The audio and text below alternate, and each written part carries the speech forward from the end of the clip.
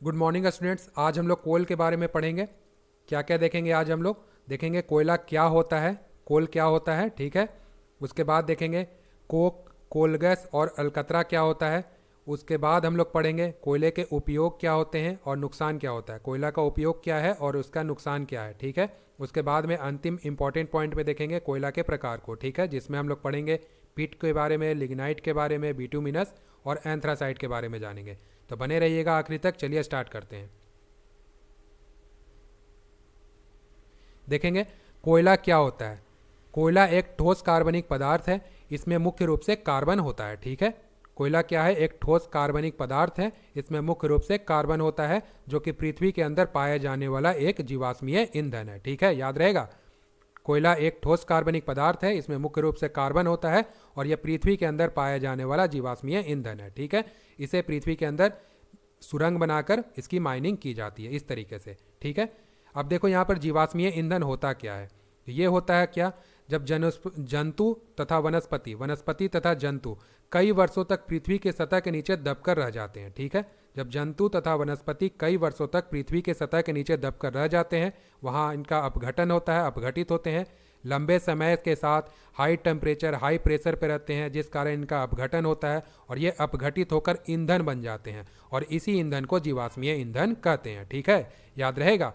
जब जंतु तथा वनस्पति कई वर्षों तक पृथ्वी के सतह के नीचे दबकर रह जाते हैं, हाई टेम्परेचर, हाई प्रेशर पर लंबे समय तक रहते हैं, वहाँ इनका अपघटन होता है और ये अपघटित होकर ईंधन बन जाते हैं, जिसे इस जीवाश्मीय ईंधन कहते हैं, ठीक है।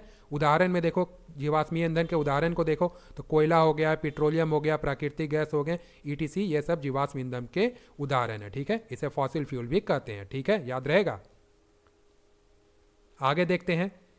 आगे है मृत वनस्पति, पेड़ पौधे में उपस्थित जो कार्बन होते हैं, ठीक है, ये भूमि के नीचे काफ़ी लंबे समय तक रहते हैं, ठीक है, और इन लंबे समय तक रहते हैं, हाई टेम्परेचर पर रहते हैं, हाई प्रेशर पर रहते हैं, ठीक है।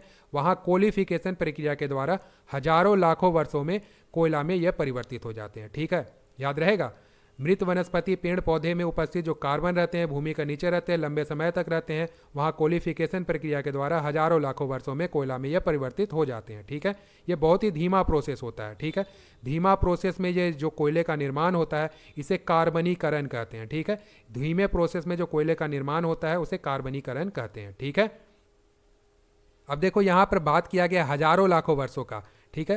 एक्चुअली में करोड़ों वर्षों का समय लगता है। अभी जो हम लोगों को नवीनतम कोयला प्राप्त हुआ वो 6 लाख वर्ष पुराना है, जो नवीनतम है। और औसतन जो कोयला प्राप्त होता है, जो एवरेज कोयला प्राप्त होता है, वो 30 लाख से लेकर 6 करोड़ वर्ष पुराना होता है, ठीक है। इतना लंबा समय लगता है। प्राकृतिक विधि के द्वारा इसे तैयार किया जाता है, प्रकृति इसे तैयार करती है कोयले को, और इसमें करोड़ों वर्षों का समय लगता है, लाखों नहीं करोड़ों वर्षों का समय लगता है। और एक बार अगर आप कोयले का इस्तेमाल कर लिए, जो वेस्ट मटेरियल, जो राख बचता है, उस राख से आप दोबारा कोयले का निर्माण नहीं कर सकते हैं, ठीक है। इसीलिए कोयला को गैर नवीकरणीय ऊर्जा कहते हैं, याद रहेगा। आप एक बार कोयले का इस्तेमाल कर लिए तो दोबारा से आप उसके जो राख है, राख बचे हुए राख से आप कोयले का निर्माण नहीं कर सकते हैं, तो नहीं कर सकते हैं। और दूसरा है कि नेचुरल प्रोसेस है, प्रकृति से तैयार करती है, करोड़ों वर्षों में तैयार होता है, और एक बार इस्तेमाल कर लिए तो दोबारा इसे आप इसके राख से कोयले का निर्माण नहीं कर सकते। इसलिए कोयला को गैर नवीकरणीय ऊर्जा के स्रोत के रूप में वर्गीकृत किया जाता है, ठीक है, याद रहेगा। चलिए अगले पॉइंट पर। यहां देखेंगे कोयला जो होता है यह मुख्य रूप से carbon, hydrogen, sulphur, oxygen, nitrogen इत्यादि तत्वों से मिलकर बना होता है, ठीक है। कोयला मुख्य रूप से carbon, hydrogen, sulphur, oxygen, nitrogen इत्यादि तत्वों से मिलकर बना होता है। यह मुख्य रूप से अवसादी चट्टानों से प्राप्त होता है, सेडिमेंट्री रॉक से प्राप्त होता है। ये कोयला किस चट्टानों से प्राप्त होता है? अवसादी सेल से, जिसे जीवाश्मीय चट्टान के रूप में भी जाना जाता है, याद रहेगा। अब देखो भारत में जो कोयले का निष्कर्षण होता है, कोल माइनिंग होती है, जो भूमि के अंदर से कोयला निकाला जाता है, वो कौन करती है? तो एक सरकारी कंपनी है, गवर्नमेंट कंपनी है, कोल इंडिया लिमिटेड, महारत्न कंपनी है। ये कोयले के निष्कर्षण के काम को करती है, ठीक है। इसका एस्टेब्लिशमेंट कब की गई थी? 1975 में की गई थी। 1975 में कोल इंडिया लिमिटेड की स्थापना की गई थी, ठीक है, एस्टेब्लिशमेंट की गई थी। इसका हेड क्वार्टर की बात करें तो इसका हेड क्वार्टर है पश्चिम बंगाल की राजधानी कोलकाता में, ठीक है, याद रहेगा। कोल माइनिंग किसके द्वारा की जाती है? तो सरकारी कंपनी है, महारत्न कंपनी है, कोल इंडिया लिमिटेड। इसकी स्थापना 1975 में की गई थी और इसका मुख्यालय कहाँ है? पश्चिम बंगाल, कोलकाता में, ठीक है। चलते हैं अगले पॉइंट पर। अब देखो भारत में, अब देखो जितने भी मिनरल्स होते हैं वो तो किसी न किसी चट्टान के फॉर्म में ही प्राप्त होते हैं, भूमि से ही प्राप्त होते हैं। अगर हम लोग धात्विक खनिजों की बात करें तो यह मुख्यतः धारावाड़ क्रम के चट्टानों से प्राप्त होता है, ठीक है। अगर कोयले की बात करें तो यह मुख्यतः हम लोगों को गोंडवाना क्रम के चट्टानों से प्राप्त होता है, ठीक है। हम लोगों को भारत में जो कोयला प्राप्त होता है उसका मुख्यतः 95% कोयले की बात करें तो 95% कोयला हम लोगों को इसी गोंडवाना क्रम के चट्टानों से प्राप्त होता है, ठीक है, याद रहेगा। आगे देखते हैं, विश्व में कोयले के भंडार को देखो तो सबसे ज़्यादा विश्व में जो भंडार, जो कोल रिजर्व के मामले में नाम आता है भारत का, संयुक्त राज्य अमेरिका का, रूस का, ऑस्ट्रेलिया का और चाइना का, ठीक है। इन देशों में कोयला प्रचुर मात्रा में पाया जाता है, ठीक है। और कोल माइनिंग की बात करें तो सबसे ज़्यादा कोल माइनिंग करता है यूएसए, याद रहेगा। सबसे ज़्यादा कोयला निकाला किसके द्वारा जाता है? यूएसए के द्वारा। भंडार के मामले में भारत, संयुक्त राज्य अमेरिका, रूस, ऑस्ट्रेलिया, चीन इत्यादि देशों में कोयला प्रचुर मात्रा में पाया जाता है, ठीक है। अब देखो भारत में बात करें तो भारत में कोयला कहाँ कहाँ पाया जाता है? तो भारत में पाया जाता है झारखंड में, उड़ीसा में, छत्तीसगढ़ में, पश्चिम बंगाल में, मध्य प्रदेश में, तेलंगाना में और महाराष्ट्र में। इन 7 राज्यों में कोयला के भंडार के रूप में 7 राज्यों को में कोयले के भंडार पाए जाते हैं। और इन 7 राज्यों की अगर देखो तो इन 7 राज्यों में सबसे अधिक कोयला कहाँ पाया जाता है? तो इन 7 राज्यों में सबसे अधिक कोयले की बात करें तो शीर्ष कोयले भंडारण में सबसे पहला नाम आता है झारखंड का, ठीक है, जहाँ सर्वाधिक मात्रा में कोयला पाई जाती है भारत देश में। उसके बाद उड़ीसा का नाम आता है, उसके बाद छत्तीसगढ़ का नाम आता है, जहाँ कोयले के रिजर्व में ये तीनों राज्य जो हैं शीर्ष पर हैं, ठीक है। सबसे ज़्यादा कोयला कहाँ पाया जाता है? झारखंड में, फिर उसके बाद उड़ीसा में और उसके बाद छत्तीसगढ़ में, ठीक है, याद रहेगा। भारत में देखो सर्वाधिक कोयला के जो खान है, भारत में सर्वाधिक कोयले की खान कहाँ है? झारखंड में है, ठीक है, याद रहेगा। भारत में सर्वाधिक कोयले की खान झारखंड में है और झारखंड में ही कोयले के भंडार सबसे ज़्यादा हैं, ठीक है। और देखो कोल माइनिंग की बात करें तो सर्वप्रथम कोल माइनिंग आधुनिक तकनीक से कहाँ की गई थी? माइनिंग क्यों की जाती है? कोयले के निष्कर्षण के लिए कोयला निकाला जाता है और सर्वप्रथम आधुनिक तकनीक से कोल माइनिंग की गई थी रानीगंज में, याद रहेगा। रानीगंज में सर्वप्रथम आधुनिक तकनीक से कोयले का निष्कर्षण किया गया था, कोयले का निष्कर्षण किया गया था, कोल एक्सट्रैक्शन किया गया था, ठीक है, याद रहेगा। चलते अगले पॉइंट पर।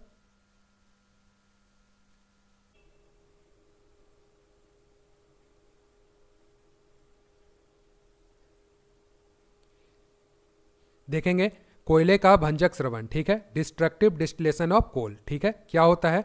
तो कोयलों को वायु की अनुपस्थिति में गर्म करने पर यह कोयला अपघटित होता है और क्या प्राप्त होता है उससे हम लोगों को? कोक, कोलतार और कोल गैस प्राप्त होता है, ठीक है। इसे ही डिस्टिलेशन मेथड कहते हैं, इसे ही आसवन विधि कहते हैं, ठीक है। क्या होता है ये? तो कोयले को वायु की अनुपस्थिति में गर्म करने पर कोक, कोलतार और कोल गैस प्राप्त होता है, ठीक है। यहाँ डायग्राम में देखेंगे तो कोल पाउडर को एब्सेंस ऑफ एयर, वायु की अनुपस्थिति में हम लोग गर्म करते हैं, नीचे बर्नर है तो क्या प्राप्त होता है? कोल गैस और कोलतार प्राप्त होता है, ठीक है। तो इसे आइए डिटेल में देखते हैं। देखेंगे कोक क्या होता है।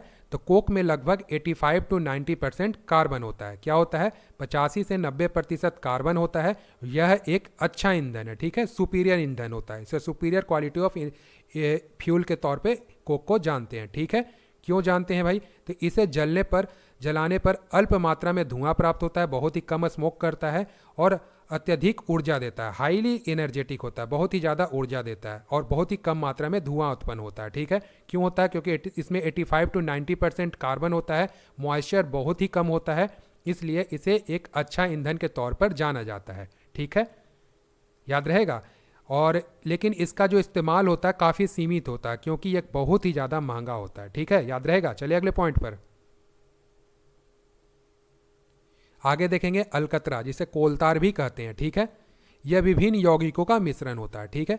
इसे आमतौर पे आप लोगों ने सड़क निर्माण में भी इसे देखा होगा आप लोगों ने, ठीक है। यह विभिन्न कार्बनिक यौगिकों का मिश्रण होता है और यह काले या हल्का भूरे रंग का अत्यधिक गाढ़ा द्रव होता है, ठीक है। यह काले या भूरे रंग का अत्यधिक गाढ़ा द्रव होता है, ठीक है। इसे डांबर, कोलतार और अलकतरा नाम से इसे जाना जाता है, ठीक है, याद रहेगा। यह काले और भूरे रंग का अत्यधिक गाढ़ा द्रव होता है और इसे डांबर, कोलतार और अलकतरा नाम से इसे जाना जाता है, ठीक है। अभी हम लोगों ने देखा कि कोयले से कोलतार की प्राप्ति होती है। इसके अलावा हम लोगों ने देखा था जीवाश्म ईंधन में पेट्रोलियम का उदाहरण हम लोगों ने देखा था, ठीक है।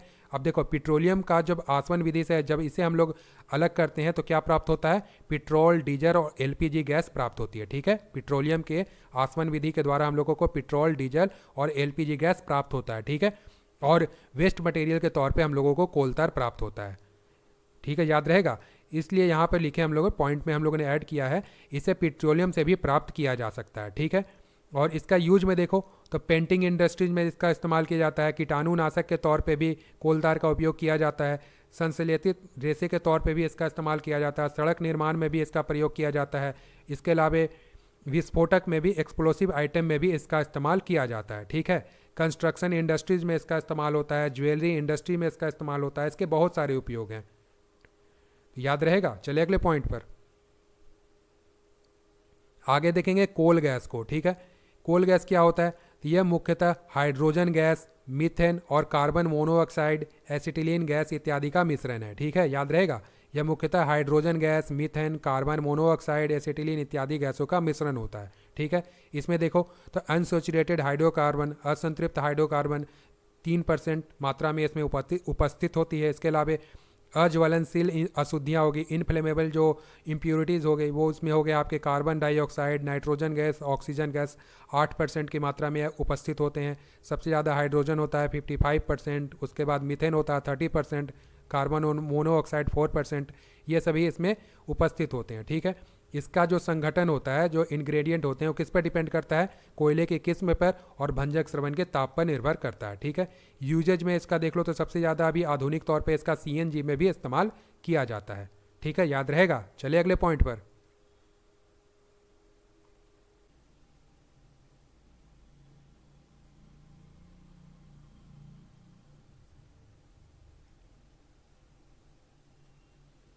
देखेंगे हम लोग कोयला के उपयोग को, ठीक है, कोयले के उपयोग को देखेंगे।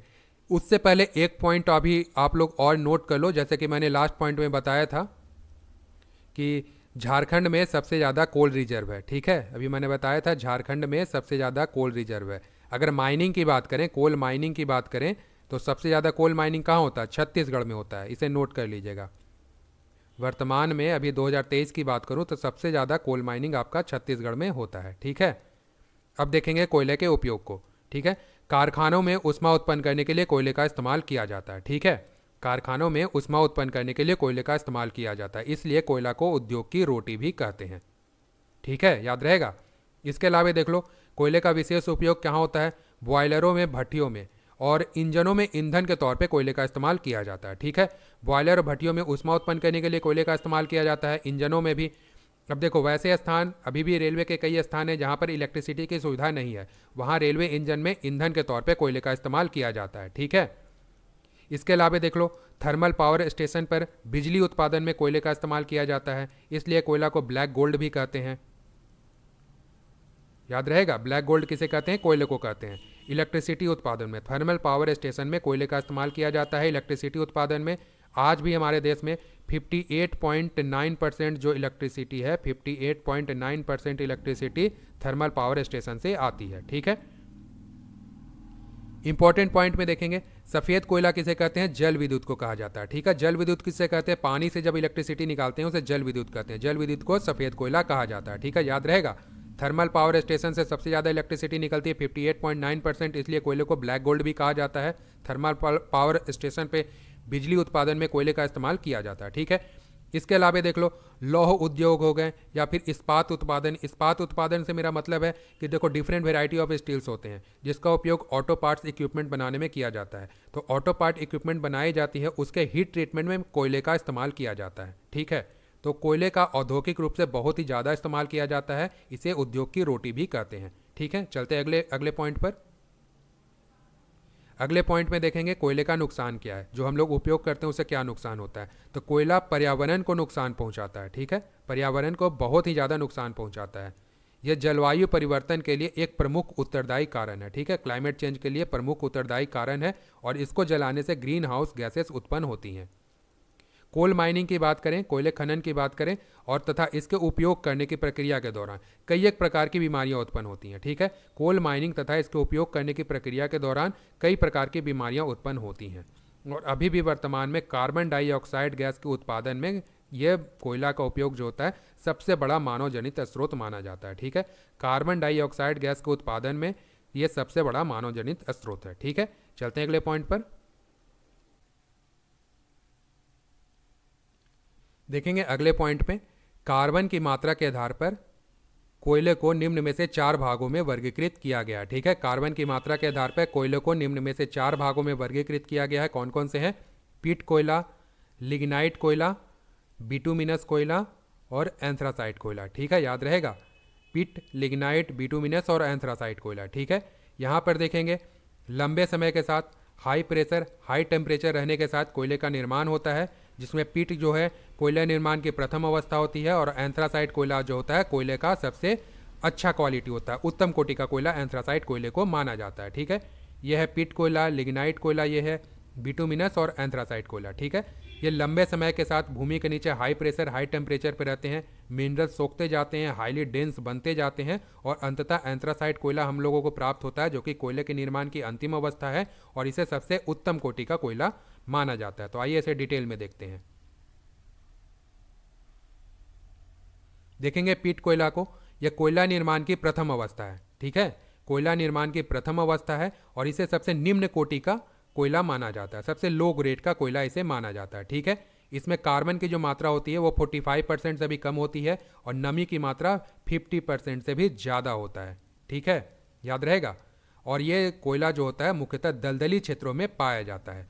अब एक क्वेश्चन पूछा गया था कि कोयले की वो कौन सी अवस्था है, वह कौन सा कोयला है जिसमें नमी की जो मात्रा है वो उच्च होती है, नमी की मात्रा जो उच्च होती है, और कार्बन की जो मात्रा है, कार्बन की मात्रा होती है वो निम्न होती है। जिसमें कार्बन की मात्रा निम्न है और नमी की मात्रा उच्च है वो पीट कोयला है। ठीक है, याद रहेगा, पीट कोयला। और इसे जलाने पे अत्यधिक धुआं और राख निकलता है। ठीक है, यह कोयले की सबसे लो ग्रेड है, नमी की मात्रा 45% से भी कम है, यह दलदली क्षेत्र में पाया जाता है। कार्बन की मात्रा 45% से भी कम है और नमी की मात्रा 50% से भी 50% से भी अत्यधिक होती है, यह दलदली क्षेत्रों में पाया जाता है। ठीक है, याद रहेगा। चलिए अगले पॉइंट पर। अगला है लिग्नाइट कोयला। ठीक है, इसे ब्राउन कोल भी कहते हैं, भूरा कोयला भी कहते हैं। ठीक है, यह इसमें जल वाष्प की मात्रा अधिक होती है, इसका रंग कत्थई या काला भूरा होता है। ठीक है, इसका रंग जो होता है कत्थई या काला भूरा होता है, इसलिए इसे भूरा कोयला भी कहते हैं, ब्राउन कोल भी कहा जाता है। ठीक है, यह स्वास्थ्य के लिए सबसे ज़्यादा हानिकारक सिद्ध होता है। इसमें कार्बन की मात्रा देखो तो 67%, 19% वाष्पशील पदार्थ होती हैं और लगभग 43% नमी रहती है। ठीक है, याद रहेगा, कार्बन की मात्रा 67%, 19% वाष्पशील पदार्थ और लगभग 43% नमी रहती है। स्वास्थ्य के लिए सबसे ज़्यादा हानिकारक है और इसका उपयोग देखो तो इसका मोस्टली यूजेज होती हैं विद्युत उत्पादन में, थर्मल पावर स्टेशन पे लिग्नाइट कोयले का ज़्यादातर इस्तेमाल किया जाता है। ठीक है, याद रहेगा। आगे देखें भारत में कहाँ पाया जाता है लिग्नाइट कोयला, ये तो तमिलनाडु के नेवेली क्षेत्र में पाया जाता है, असम के मकुंद क्षेत्र में और राजस्थान के पलना क्षेत्र में लिग्नाइट कोयला पाया जाता है। ठीक है, अगले पॉइंट में देखेंगे हम लोग बिटुमिनस कोयले को। इसका उपयोग घरेलू कार्यों में किया जाता है, याद रहेगा, और इसे मुलायम कोयला भी कहा जाता है। बिटुमिनस कोयला को मुलायम कोयला कहा जाता है। इसमें कार्बन की जो मात्रा होती है वो 88% होती है, याद रहेगा, 88% कार्बन की मात्रा होती है बिटुमिनस कोयला में। इसे मुलायम कोयला कहते हैं, इसका उपयोग घरेलू कार्यों में किया जाता है। अब देखेंगे पृथ्वी पर जो अधिकांश कोयला पाया जाता है वो बिटुमिनस किस्म का ही होता है। ठीक है, भारत में जितने भी कोयले पाए जाते हैं उसमें 95% जो हम लोगों को कोयले की जो प्राप्ति होती है वो बिटुमिनस किस्म का ही होता है। ठीक है, और ये ज़्यादातर गोंडवाना क्षेत्र से ही प्राप्त होता है। तो याद रहेगा, भारत में अधिकांश कोयला बिटुमिनस किस्म का ही प्राप्त होता है और ज़्यादातर गोंडवाना क्षेत्र से प्राप्त होता है। इसे पहले रेलवे इंजन तथा कोल गैस इत्यादि बनाने में उपयोग किया जाता था। प्राप्ति कहाँ से होती है मुख्यतः इसका, तो झारखंड में, पश्चिम बंगाल, उड़ीसा और छत्तीसगढ़ में भारत में बिटुमिनस कोयला पाया जाता है। इन जगहों पर भारत में झारखंड, पश्चिम बंगाल, उड़ीसा और छत्तीसगढ़ में बिटुमिनस किस्म का कोयला मुख्यतः पाया जाता है। ठीक है, अगला है एंथ्रासाइट कोयला। यह कोयले का सबसे उत्तम कोटि माना जाता है। ठीक है, इसे सबसे उत्तम कोटि का कोयला माना जाता है। ठीक है, इसमें कार्बन की मात्रा 94% होती है, वाष्पशील पदार्थ 1% होता है और 3% नमी पाई जाती है सिर्फ। ठीक है, आगे देखेंगे इसे जलाने पे धुआं नहीं होता है, बहुत ही कम धुआं होता है और अत्यधिक ऊष्मा उत्पन्न करता है ये एंथ्रासाइट कोयला। इस चलते इसका औद्योगिक उपयोग सबसे ज़्यादा होता है। ठीक है। और यह कोयले निर्माण की अंतिम अवस्था होती है। भारत में कहाँ पाया जाता है? तो भारत में जम्मू कश्मीर के कारगिल क्षेत्र में एंथ्रासाइट कोयला पाया जाता है। ठीक है, याद रहेगा। तो ये इस वीडियो का आखिरी पॉइंट है। आशा करता हूँ कि वीडियो आपको पसंद आएगा। वीडियो को लाइक शेयर जरूर कीजिएगा और नए व्यूअर हैं तो चैनल को सब्सक्राइब करना नहीं भूलिएगा। ठीक है, चैनल को सब्सक्राइब जरूर कीजिएगा। मिलते हैं नेक्स्ट वीडियो में। जय हिंद।